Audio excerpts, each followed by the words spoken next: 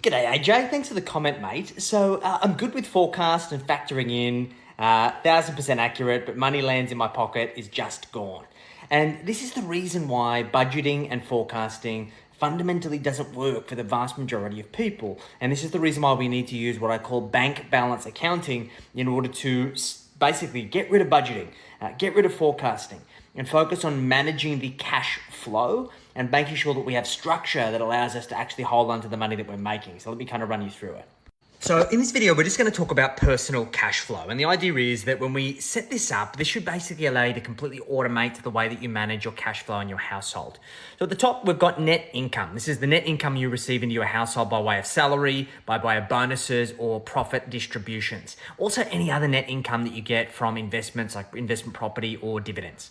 We want this to come into a hub account, and this hub account is the mothership. It pays for all of the fixed expenses. So it pays for rent, mortgage, bills, groceries, anything that is a necessity of life. So if you need to go to the grocery store and buy some groceries or something for the house, we have a separate debit card that is labeled hub that is specifically used for this purpose. Now, in this hub account, we typically have an emergency buffer of 10 to 20,000.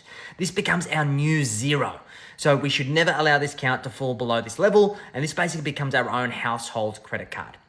What we then do is we set up a play account for you, play account for your partner, and we have a weekly allowance that's transferred into each of these accounts, and it's set up automatically weekly. I typically advocate on a Friday, which is basically your play money. It's your spend money, used for entertainment, going out for lunches and dinners, buying stuff for yourself.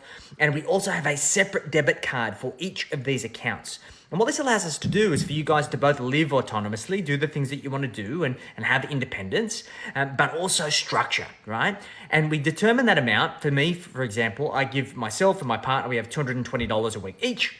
We don't drink, don't smoke. Most of our money goes on food.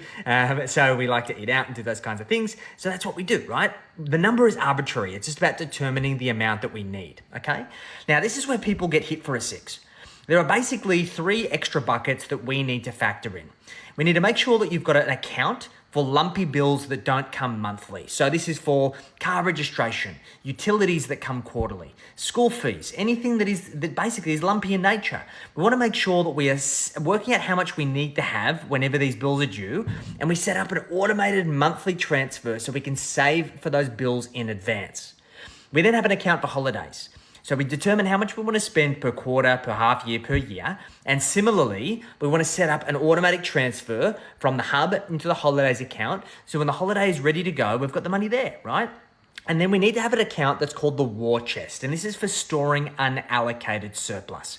This is because there is a behavioral finance principle that is called overconfidence bias. And typically speaking, in our client base, if this hub account gets above 10 or 20 grand, every person is different. For me, it's 10 grand. Your spending behavior changes. So if we have unallocated surplus, money that we are yet to put into investments, yet to allocate towards something, put it out of sight, out of mind. So what this basically means is if we've got net income, minus fixed expenses, minus play money 1, minus play money 2, minus lumpy bills, minus holidays, minus war chest, we now know exactly whether we've got actual surplus, right? Because the surplus is either allocated to the war chest or we put it to other things, which I'll cover off in a second. Now, that means that we don't need a budget to know how we're doing.